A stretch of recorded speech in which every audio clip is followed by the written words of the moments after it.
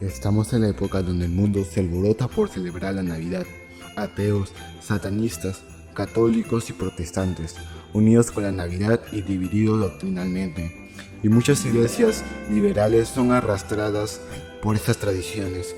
Es por eso que en este video veremos la Navidad, su origen. ¿Y qué dice nuestra hermana Elena de Guay acerca de esto?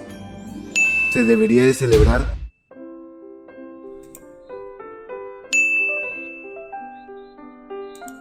En los primeros siglos de la religión cristiana, la Navidad no gozaba de relevancia alguna.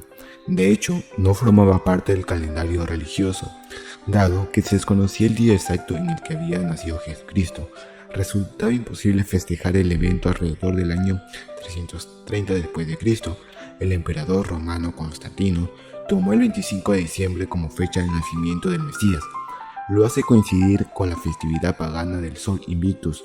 De forma paulatina, la asunción del 25 de diciembre como fecha del nacimiento de Cristo se expande a otros lugares de la cristiandad. Un modo de sustituir las creencias y las prácticas paganas por aquellas cristianas. La Iglesia de Occidente acabe por aceptarla completamente e incluirla en su calendario religioso. No así la Iglesia Ortodoxa, por ejemplo, que considera el 6 de enero, día de la Epifanía, como fecha del nacimiento de Jesús. El 25 de diciembre coincidía con las celebraciones paganas que se realizaban durante el solsticio de invierno, la noche más larga del año y el punto del año en el que empezaban a aumentar las horas de luz diurna. Era el momento en el que la luz solar regresaba, la fiesta del Sol Invictus, que marchaba al renacimiento del astro rey. En la Roma antigua se denominaba Dies Natalis Solis Invicti, y de hecho el término Navidad deriva de nativitas, nacimiento, un término emparentado tanto como la fiesta del sol renacido, como el alumbramiento de Cristo. Alimentó la función sincrética entre la celebración pagana y el culto cristiano. Las fiestas Saturnalia, que se celebran entre los romanos, también tenían lugar en fechas próximas al solsticio invernal. Se festejaba en honor del dios Saturno, divinidad agrícola, y eran fiestas de sexos durante las cuales se convertía el normal orden social. Se cerraban las cortes de justicia, los sextos no se castigaba y se realizaba intercambio de pequeños regalos que recuerdan al canje de presentes natalicios. También se elegía a un príncipe, una burla de la real clase política similar al Lord of Misrule de la tradición anglosajona, al que se le atribuían todos los poderes mientras duraban las Saturnalia. Los sectores más humildes de la población romana se dedicaban a ir de puerta en puerta, cantando a cambio de comida, una práctica que puede considerarse precursora de los cantos de reyes y el aguinaldo. Otra celebración pagana que tenía lugar en el torno al 25 de diciembre era la Juvenalía, una festividad que celebraba la infancia y durante la que algunos sectores sociales y romanos prestaban culto a Mitra. El solsticio invernal no solo se celebraba en el contexto de influencia romana, sino que su festejo era común en muchas comunidades históricas a lo largo y ancho de Europa. Entre las celebraciones paganas, el solsticio se cuenta la fiesta de Yule en Escandinavia, que solía dar comienzo el 21 de diciembre. Como parte de las celebraciones tradicionales, se quemaba un tronco y se realizaban copiosos banquetes a lo largo de 12 días, como actos propiciatorios que debían asegurar la fertilidad de los campos y la abundancia de los reses en los establos.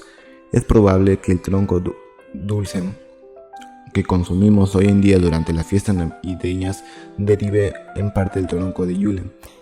Además de los banquetes comunitarios, se llevan a cabo sacrificios de animales y ofrendas de sangre, que se utilizaba para asperger áreas de los edificios conectados al culto religioso. En los contextos culturales del norte de Europa, El solsticio en invierno también se conectaba con las fiestas de los muertos y la cacería salvaje, una procesión de difuntos y demonios que, guiados por divinidades como Odín, cruzaban los cielos en ruidosa cabalgata a la casa de las almas. Con la paulatina cristianización de los territorios del norte europeo en el siglo X, se hizo confluir los festejos de Yule y la celebración de las Navidades en una única festividad. Ahora veremos el origen del árbol navideño. Hay millones de cristianos indoctos de las escrituras que celebran cosas sin saber su significado. La religión católica asocia el supuesto nacimiento de Cristo con un árbol de pino. ¿Pero qué tiene que ver un pino con el nacimiento de Cristo? ¿Hay una base bíblica para esto? En las religiones del misterio antiguo era muy común asociar a sus dioses con el culto de los árboles. Por ejemplo, entre los druidas, los egipcios y los romanos era muy prominente adornar sus árboles en honor a sus deidades, los cuales adornaban sus árboles con cerezas rojas durante la Saturnalia. La Saturnalia era una fiesta pagana de los romanos mezclada con orgías. Por ejemplo, en la cultura romana usaba el árbol de pino para representar el calor del nuevo nacimiento del dios Sol en forma de fuego. Las siguientes referencias bíblicas presentan cómo la idolatría estaba asociada con árboles. Deuteronomio 12:2, Primera de Reyes 14:23, Segunda de Reyes 16:4, Segunda de Reyes 17:10, Ezequiel 6:13.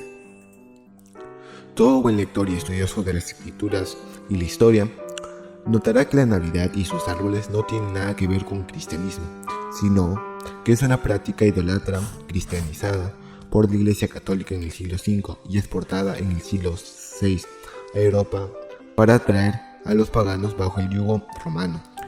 El árbol de acera y la idolatría. Deuteronomio 16:21. No plantarás ningún árbol para acera acerca del altar de Jehová tu Dios, que tú te habrás hecho. ¿Qué es el árbol de acera? La Biblia Jerusalén traduce el lugar de árbol Sipo al-Asherim, árbol de acera, más conocido como tronco o palo seco o postes sagrados. Los cananeos daban culto a esta deidad pagana y lo hacían poniendo palos secos junto a sus altares. Esto lo podemos encontrar en Éxodo 34:13. Aunque muchos creen que es inconsistente usar estas referencias para aplicarlo al árbol de Navidad, de lo que sí estamos seguros que el culto a los árboles era contrario al monoteísmo hebreo. Dios lo consideraba como abominación. Esta práctica era detestable para Dios, porque ellos también edificaron para sí lugares altos, pilares sagrados y aceras en toda colina alta y bajo todo árbol frondoso. Primera de Reyes 14:23. Destruiréis completamente todos los lugares donde las naciones que poseeréis sirven a sus dioses, sobre los montes altos, sobre las colinas y debajo de todo árbol frondoso. Deuteronomio 12:2. Entonces, ¿es pecado tener un árbol de Navidad en los templos y las casas? Muchos dicen que el problema está en adorar el árbol, no en tenerlo. Ningún cristiano adora el árbol de Navidad, dicen, y tampoco nadie se condena por tener un árbol de Navidad en sus casas. Pero creo que el problema no está en el árbol de Navidad, sino en ti cuando sigues las tradiciones aún sabiendo su origen. La Biblia nos dice en Santiago 4:17, y al que sabe hacer lo bueno y no lo hace, le es pecado.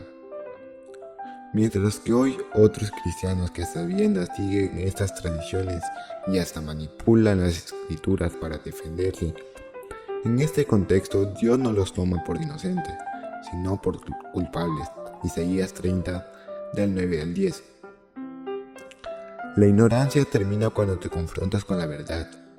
Cristo nos dice, y conoceréis la verdad, y la verdad os hará libres. Juan 8:32. Pablo dice, no os conforméis a este siglo, sino transformaos por medio de la renovación de vuestro entendimiento, para que comprobéis cuál sea la buena voluntad de Dios, agradable y perfecta. Romanos 12:2.